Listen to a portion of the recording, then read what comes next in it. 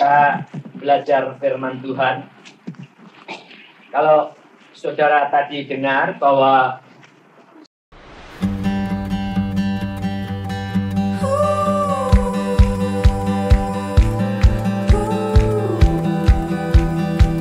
saya mengatakan 2 tahun itu jangan salah terima loh. Nanti 2 tahun Tuhan datang, nanti repot nanti ya. 2 tahun masa kelimpahan ya. Jadi jangan salah mengerti, di mana dilimpahkan semuanya, dan ini kesempatan untuk menimbun seperti zaman di Mesir, di mana pada zaman Yusuf itu kelimpahan 7 tahun, kemudian nanti kesengsaraan 7 tahun. Maka dari itu, kalau ada kesempatan timbun banyak-banyak, nanti pada masanya akan diperlukan. Sebelum RRC tertutup oleh firman Allah, saudara tahu, tipu muslihat setan, tapi Allah lebih tahu. Mereka menipu hamba-hamba Tuhan.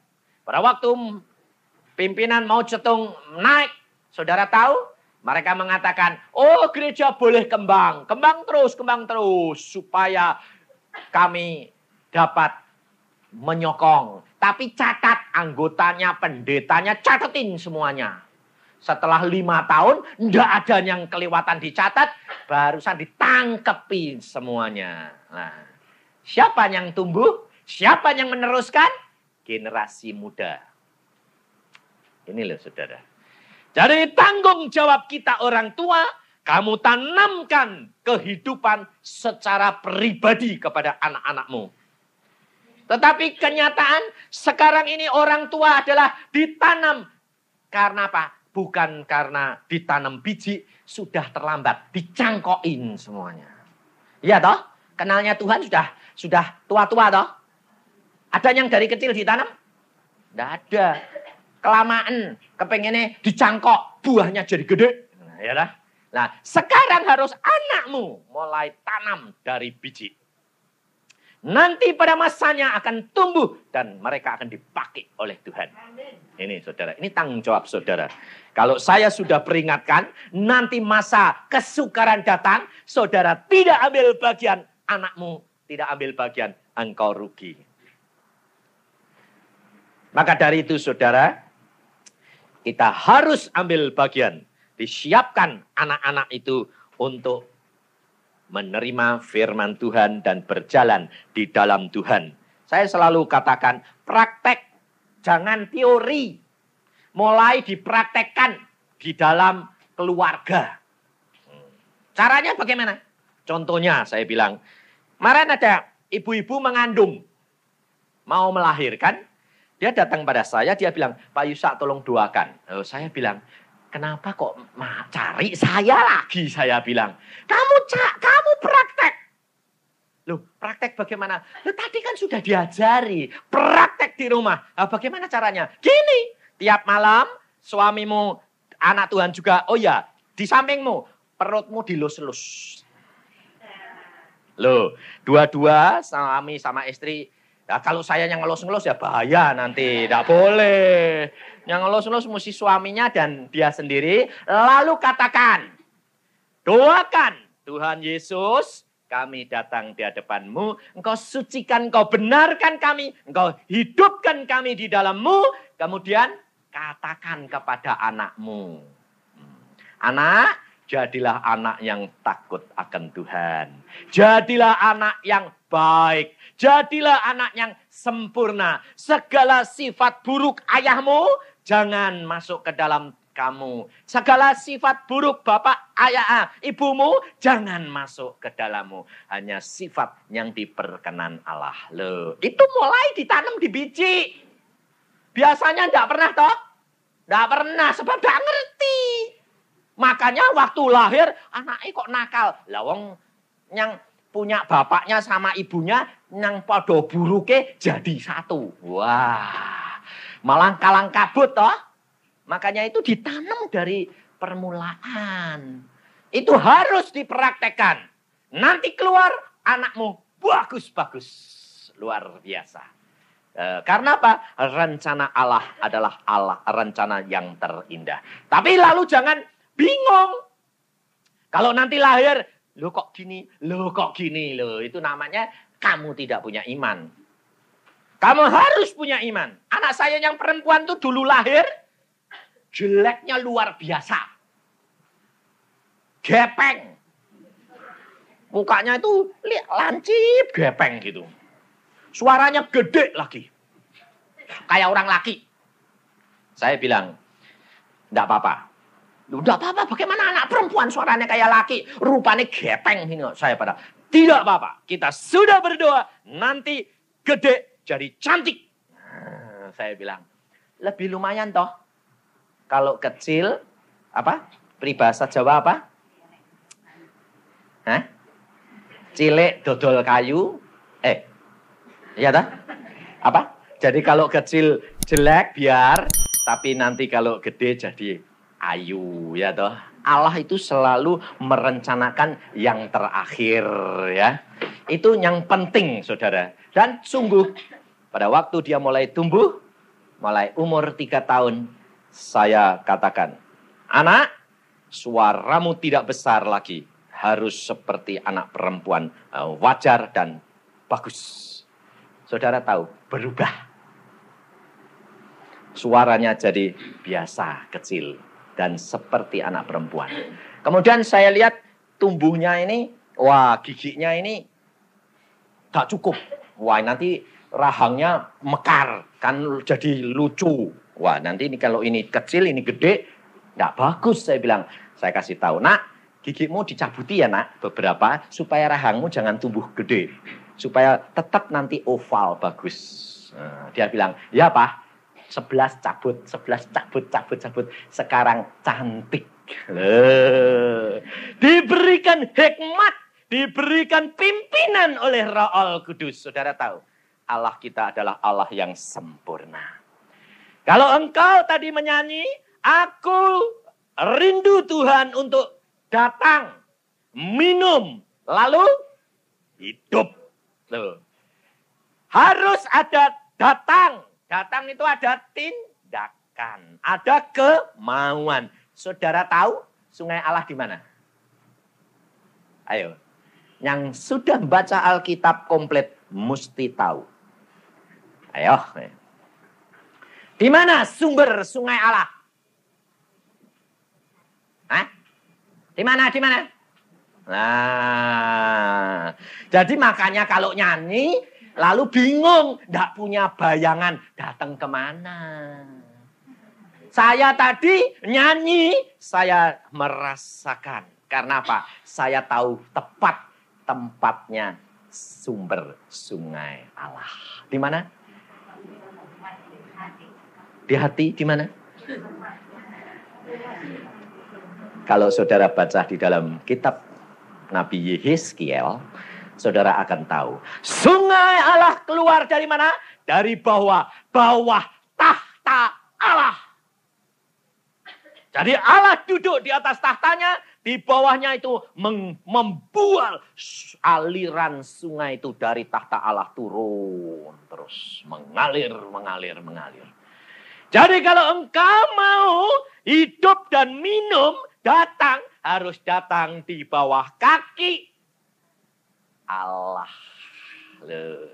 Kalau engkau datang di bawah kaki tahta Allah, engkau akan otomatis engkau lihat sumber itu dan engkau dapat minum dan engkau akan hidup dan hidupmu tidak akan kekeringan. Karena apa? Karena datang di bawah kaki Tuhan, itu berarti engkau otomatis datang dan kamu lihat sungai mengalir. Kamu tinggal minum dan kamu hidup, saudara. Jadi kalau orang Kristen kurang berdoa, kering atau basah? Kering, jauh daripada sumber sungai Allah. Ini saudara. Jadi engkau harus baca firman Tuhan supaya tahu dan itu masuk dalam hatimu. Lalu kalau kamu memuji Tuhan, kamu berbicara, engkau sudah dapat tahu persis tempatnya. Dan kita kalau persis tempatnya, kita menikmati luar biasa. Ini loh saudara, hidup dengan Tuhan itu menyenangkan, luar biasa. Maka kita sekarang belajar firman Tuhan, menyiapkan diri, supaya pada waktu nanti, masa kekeringan, kita sudah punya benih-benih yang maha kuasa. Kita baca di dalam kitab Nehemia.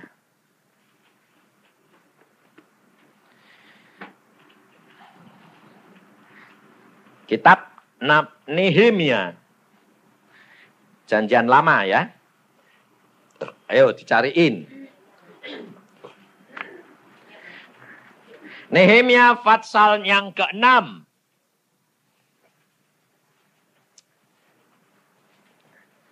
Cari indeksnya. Karena enggak hafal. Kalau anak-anak sekolah sih bagus. Sekarang sudah suruh ngapalin gitu. Jadi dari permulaan sampai akhir gitu sudah tahu. Nehemia pasal yang ke-6.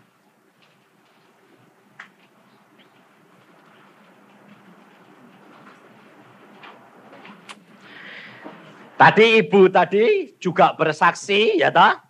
Bu, kalau ibu bersaksi jangan curi-curi ya bu. Mencuri-curi karena tidak dilarang pendetanya jadi curi-curi datang. Tidak boleh, mencuri itu dosa. Jangan curi-curi. Ya, datang tidak apa-apa. Dimarahin ketawa. Loh. Kalau ditanya, kenapa datang? Ya katakan, saya dapat berkat itu boksu. Berkatnya apa? Lah kalau dia tanya saksiin sekalian. Kalau udah tanya ya sudah diem saja. Tidak apa-apa, jangan curi-curi. Anak Tuhan tidak boleh mencuri. Harus berani. Ya, jangan takut. Yang penting buah menunjukkan manis, otomatis dia akan kepengen. Ya. Nehemia pasal yang ke-6. Ketika Sanbalat dan Tobia dan Gesem, orang Arab itu dan musuh-musuh kami yang lain mendengar bahwa aku telah selesai membangun kembali tembok sehingga tidak ada lagi lubang. Walaupun sampai waktu itu di pintu-pintu gerbang belum kupasang pintunya, maka Sanbalat dan Gesem mengutus orang kepadaku dengan pesan, mari kita mengadakan pertemuan bersama di Kefirim, di lembah Ono. Tetapi mereka berniat mencelakakan aku. Lalu aku mengirim utusan kepada mereka dengan balasan, aku tengah melakukan suatu pekerjaan yang besar. Aku tidak bisa datang. Untuk apa pekerjaan ini terhenti? Oleh sebab aku meninggalkannya dan pergi kepada kamu. Sampai 4 kali mereka mengirim pesan semacam itu kepadaku. Dan setiap kali aku berikan jawaban yang sama kepada mereka. Lalu dengan cara yang sama untuk kelima kalinya. Sanbalat mengirim seorang anak buahnya kepadaku. Yang membawa surat yang terbuka. Dalam surat itu tertulis. Ada desas-desus di antara bangsa-bangsa. Dan kasihmu membenarkannya. Bahwa engkau dan orang-orang Yahudi berniat untuk memberontak. Dan oleh sebab itu membangun kembali tembok. Lagi pula menurut kabar itu, engkau mau menjadi raja mereka. Bahkan engkau telah menunjuk nabi-nabi yang harus memberitakan tentang dirimu di Yerusalem. Sampai di sini dulu. Nehemia ini sebetulnya adalah seorang pelayan raja Persia. Dia melayani, menyajikan anggur, tetapi dia dipakai Allah untuk membangun tembok Yerusalem. Tidak masuk akal seorang pelayan.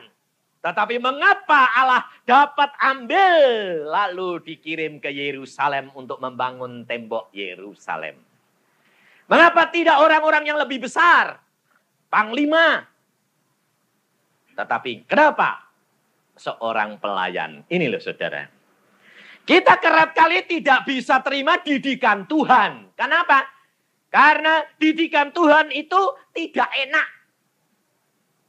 Seperti ayat yang dikatakan tadi. Kalau engkau disayang Tuhan, engkau dicambuk, engkau dididik. Ia yang melukai, tetapi ia yang membalut.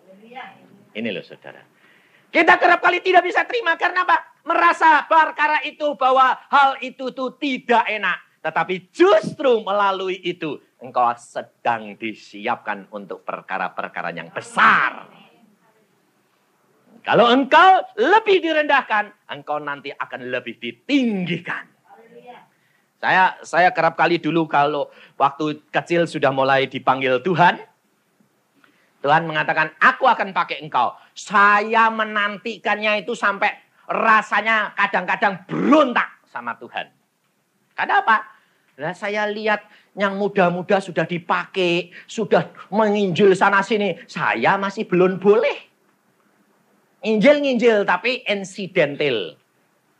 Tidak secara full time. Saya kepingin. Tapi Tuhan bilang, tidak. Waktu tingkat 4, ayah saya sudah berubah pikiran. Papa mengatakan, nak, berangkat ke Amerika. Engkau dipanggil kembali untuk menjadi penginjil 5 tahun. Jadi pendeta di Amerika. Dan kemudian nanti pulang ke Indonesia. Hati saya senang. Waduh, kesempatan ini. Wah, sekarang papa sudah ACC. Biarpun saya tingkat 4 di kedokteran gigi. Sekarang sudah Tuhan buka jalan. Lalu pikir saya, ya sudah, cepat-cepat. Ringkes-ringkes, berangkat. Tapi Tuhan Roh Kudus berbicara. Sembayang dulu. Mintanya kepada Bapakmu yang mengutus engkau. Oh iya, 3 hari doa dan puasa. Doa terus. Hari pertama tidak dijawab. Hari kedua tidak dijawab. Hari ketiga akhir baru dijawab. Saudara tahu. Jawab saya lihat jelas. Tuhan Yesus pakai jubah putih, pakai cindai. Ada buokornya itu buokor kayak berlian. Buokor isinya air. Pelantikan itu kayak berlian besar gitu. Wah, saya lihat seneng ya. Wah, ada anak dipanggil Tuhan. Datang, bertelut dilantik Tuhan. Jadilah hambaku. Wah, saya lihat loh. Ini anak masih sekolah SMP ini. Wah, kalau gitu dia besok jadi hamba Tuhan. Betul, sekarang jadi hamba Tuhan di Jakarta. Ini hamba Tuhan. Wah, ini juga dilantik. Wah, saya bilang. Nah, terus saya kan sudah siap-siap. Saya datang. Wah, bertelut. Loh kok dari lama Tuhan cuma lihati. Tuhan bilang, berdiri. Enggak, sekarang. Saya bilang, saya itu nakal luar biasa. Tuhan bilang, aku katakan kau berdiri. Enggak mau, sekarang saya minta dilantik. Belum waktunya buat kamu. Enggak mau, sekarang. Bayangin. Terus akhirnya pundak saya ini diangkat Tuhan. Lutut saya tetap nekuk. Saya tidak mau berdiri. Sebab saya bilang, sekarang. Saya mau jadi hambamu, sekarang. Diangkat sama Tuhan. Adu-adupan gini. Tapi, karena saya tidak bisa dilepas kok. Wong kaki saya tetap nekuk. Tuhan gedek-gedek, Tuhan jengkel sama saya. Agak jengkel, dia bilang. Nakal kamu. Aku katakan, Tuhan bilang gitu. Engkau berdiri. Kaki saya jedut tidak bisa. Saya bilang, sekarang. Saya bilang, nangis saya. Tuhan bilang, engkau tunggu waktuku. Ini bagianmu. Aku akan berikan kepadamu. Semua. Orang lain aku berikan kamu, mereka sedikit. Engkau akan aku tumpahkan milikmu. Tapi tunggu waktuku, bukan waktumu. Saya bilang, kapan Tuhan? Tunggu, selesaikan sekolahmu dulu. Ini loh saudara. Kita kerap kali tidak mampu menanti Tuhan. Karena merasa apa? Nanti kalah cepat. Nanti tidak bisa menyelesaikan. Padahal Tuhan tahu. Setelah saya jadi dokter, setelah praktek, baru saya tahu bahwa Allahku itu adalah Allah yang luar biasa. saya baru mengatakan gini, waduh, untung punya Tuhan yang sabar dan mau tahu.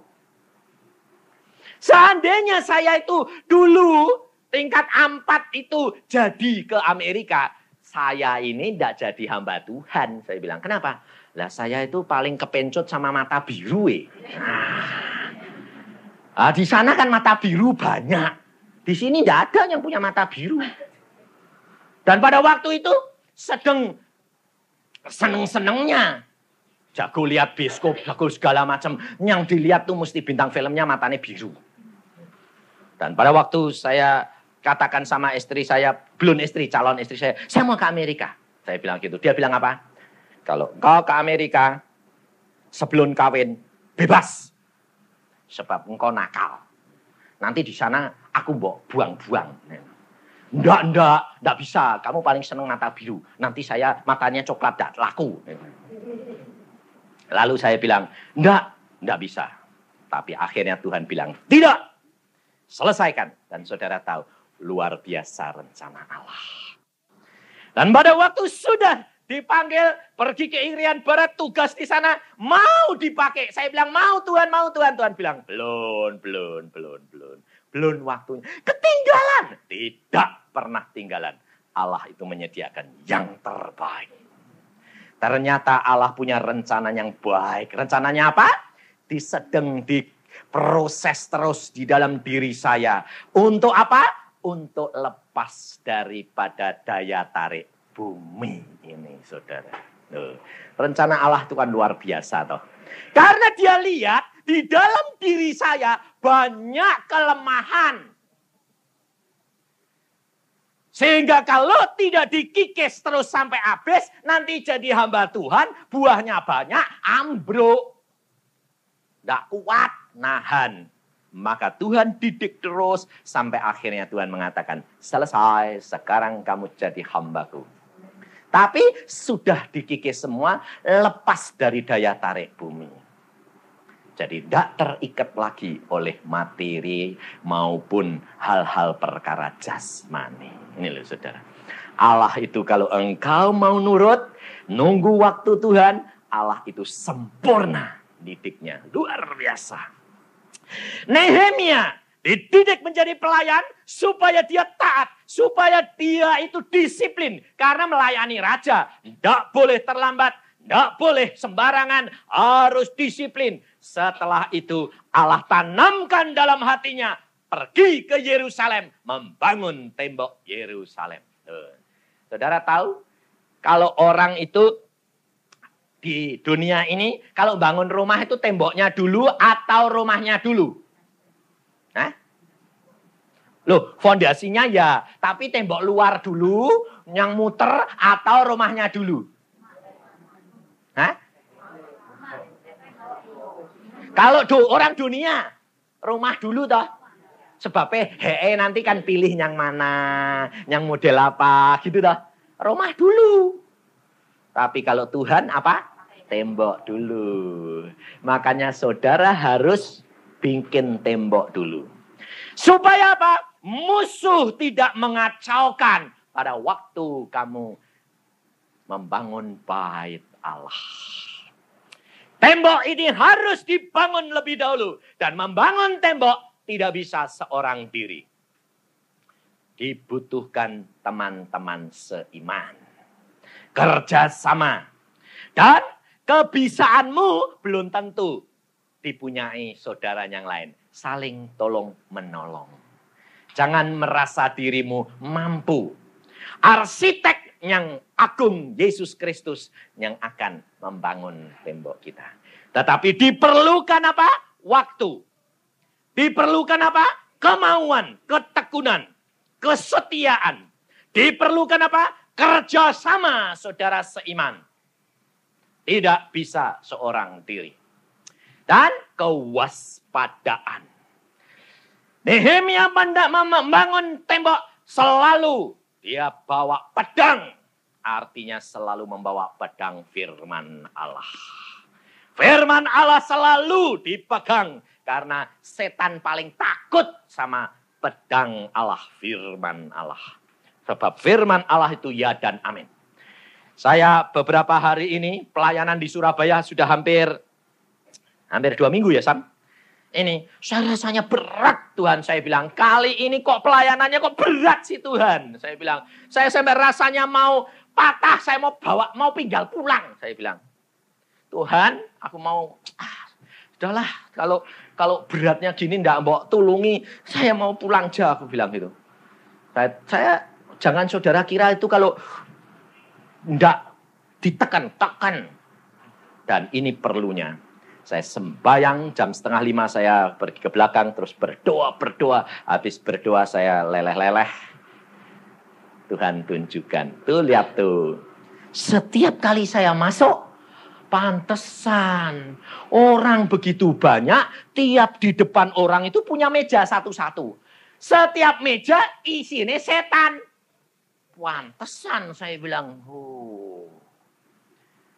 Saya datang itu setannya gundul-gundul itu besar-besar. Ada yang besar, ada yang kecil. Tiap orang itu tidak punya satu tok. Ada yang semeja itu setan gede, ambil kecil-kecil. Kurang ajar dah. Ini apa. Tapi kalau saya masuk kamar, artinya masuk ke ruangan itu, semuanya setan sudah tidur. Laten. Lemes semuanya. Saya lihat satu-satu, kurang ajar. Ini gundul-gundul, kamu ngapain di sini ya? Saya bilang, dia motonya melotot, diem aja. Tapi ada satu setan kecil. Jadi di sebelahnya setan yang besar itu, kecil ini ngoceh. Bahasa Belanda, kurang ajar. Dia bilang gini, nunjuk saya, vervelend. Jadi dia kan merasa vervelend dan terganggu toh. Nganggu aja orang ini, betul lah? Jadi ternyata kedatangan saya ini mengganggu setan-setan. Nah, lalu saya bilang, apa? Dia ngomong soal tak tampok, plok. Terus setan yang gede bilang, kowe jangan ngomong, dikaploki kamu nanti. Terus diem. Coba ngomong lagi, saya bilang. Diem, tidak berani. Nah, di situ saudara tahu bahwa Allah itu menunjukkan bahwa Tuhan mengatakan, engkau tahu memang gangguan banyak, tetapi engkau tidak usah takut. Aku menyertai engkau senantiasa. Ini saudara. Pantesan kalau ke persekutuan rasanya enak, nyembah semua, betul lah? Tapi nanti kalau sampai rumah, mulai ada gangguan enggak? Nah, saudara tidak waspada soalnya. Yang sudah setan itu sudah lemes, kelenger, jangan suruh bangkit. Ayo setan kelenger terus, pergi. Nah, yang ngusir itu saudara bukan saya. Sebab itu setannya nunut engkau bukan nunut aku. Ini loh saudara, jangan engkau terima bisikan itu, tolak, usir. Supaya engkau menjadi kuat. Sebab setan itu ada di mana-mana. Tetapi engkau sudah diberikan kuasa untuk mengusir dia. Jangan mau dibisikin. Jangan mau diganggu. Semuanya pekerjaan itu adalah pekerjaan Allah. Jadi selalu membawa pedang. Membangun tembok. Pergi ke persekutuan. Mendengar firman Tuhan. Bersama-sama membangun tembok. Untuk supaya jangan sampai ditembus. Tetapi kenyataan sudah dibangun beberapa temboknya belum rapat. Kesenggol suami. Teng! Roboh lagi. Betul tak? Kesenggol anak. Kesenggol mertua. Lalu rontok lagi. Digotong-gotong lagi, di sini bangun lagi. Senggol lagi, ambrol lagi. Kok enggak jadi-jadi ya Pak Yusa? Lah rontok-rontok terus. Inilah saudara. Ini perlu. Saudara perhatikan, firman Tuhan hari ini apa? Nehemia, dia waspada. Dia diajak berunding oleh pimpinan-pimpinan negara pada saat itu. Orang-orang yang berkuasa. Tetapi dia tidak mau. Karena apa? Karena dia dipimpin oleh roh. Dia tahu itu jebakan. Dan dia tidak menuruti. Ini loh, kepekaan perlu untuk minta hikmat Allah. Satu. Lalu jebakan yang kedua, kita baca selanjutnya. Ini loh saudara. Sebetulnya kita bisa tahu. Makanya itu kalau engkau dekat di bawah kaki Allah, maka ada transfer, ada pengisian daripada sifat-sifat Allah ke dalammu. Air yang keluar daripada Allah itu akan memberikan engkau minum air bersih terus. Otomatis hatimu menjadi bersih. Kalau hatimu bersih, engkau peka terhadap dosa enggak? Kalau gelas itu kalau bersih ada lalat kecil masuk, kelihatan enggak? Tapi kalau gelasnya kotor, kelihatan enggak? Nah, sekarang kalau gelas itu setiap hari dicuci dengan air bersih terus menerus, bersih enggak? Bersih. Lantai saja kena tetesan air, setiap saat tes lubang, apalagi hatimu dicuci dengan air Roh Al-Kudus. Maka satu perkara saudara harus perhatikan. Kalau engkau tidak peka terhadap dosa, itu tandanya hatimu masih kotor. Kamu tidak akan dapat peka terhadap Allah. Karena engkau masih kotor. Tidak bisa dilihat kekotoran yang ada di dalam hatimu. Tapi kalau engkau bersih, engkau hidup di bawah kaki Allah, sinar terang Allah menerangi engkau, maka hidupmu menjadi terang, masuk dalam hatimu, ada terang, pikiranmu terang, maka tubuhmu menjadi terang.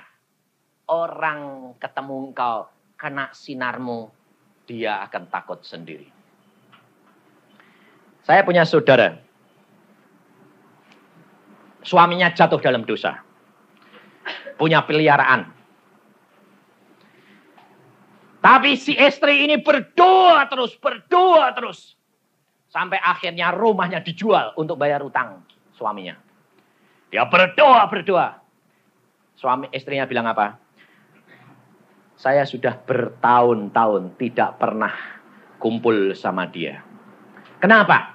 Tidak tahu saya. Dia sepertinya takut terhadap saya. Setelah suaminya dibuang simpenannya, dia habis-habisan. Sekarang dia mau hidup kembali bersama dengan istrinya.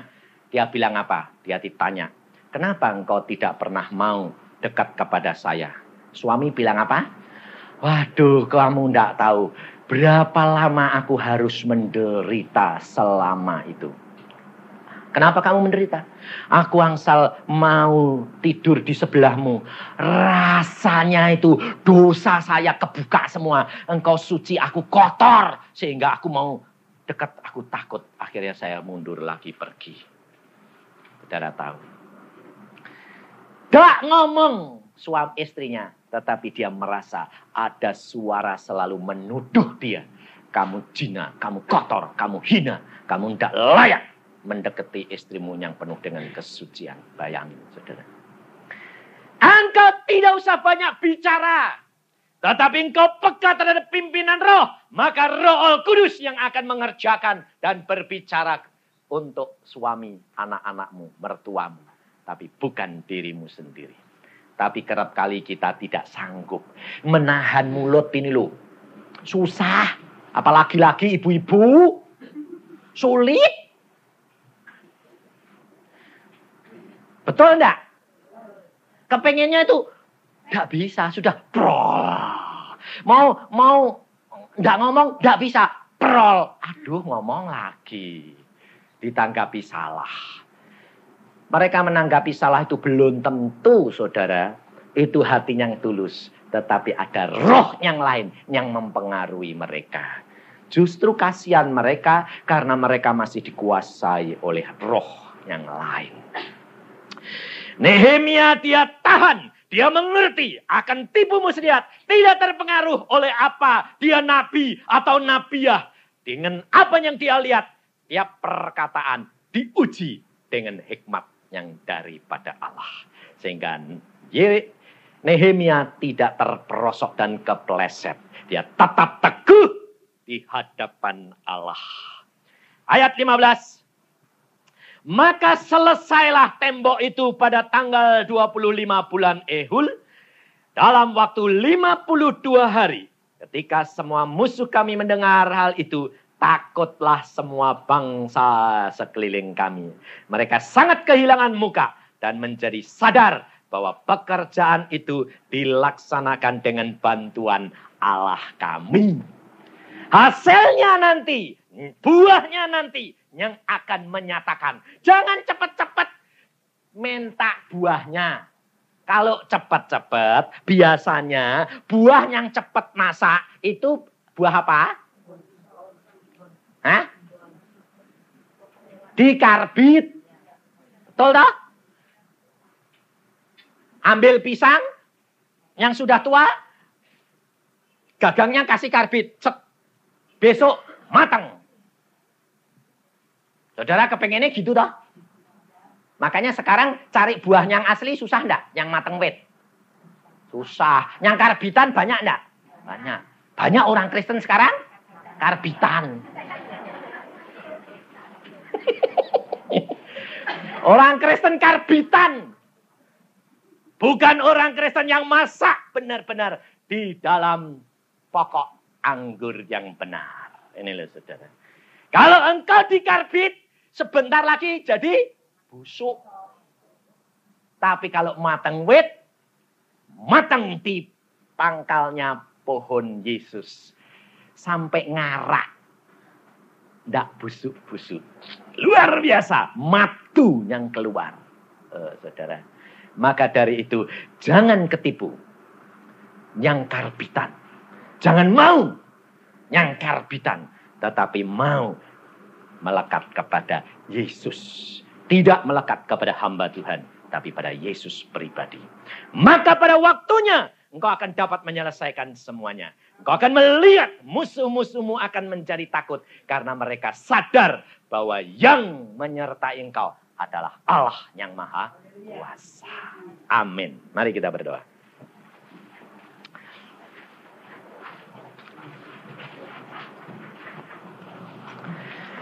Tuhan, firman-Mu sudah hamba sampaikan. Di mana anak-anak-Mu engkau peringatkan untuk mereka benar-benar membangun tembok masa-masa ini bersama-sama. Dan mereka harus sadar bahwa ada setan yang selalu mengikuti mereka untuk menyuap mereka, untuk berbicara kepada mereka dan mendorong mereka ke dalam suatu lubang yang membinasakan. Maka dari itu Tuhan, hamba sebagai hamba-Mu, hamba sudah peringatkan mereka. Apa yang Kau sudah katakan, hamba katakan. Apa yang Kau berikan, hamba berikan. Dan Engkau sempurnakan Bapakku. Supaya anak-anak-Mu menjadi anak-anak yang matang di dalam Yesus Kristus. Bukan matang karena dirangsang Tuhan. Maka dari itu Bapak, hamba kembalikan. Engkau yang akan menyempurnakan terus Tuhan Roh Kudus. Karena ini adalah bagian-Mu. Supaya nama Yesus dimuliakan. Amin. Dan bukan nama hamba-Mu ini. Terima kasih Tuhan. Dan di dalam nama Tuhan Yesus kami mengucap syukur. Haleluya. Amin.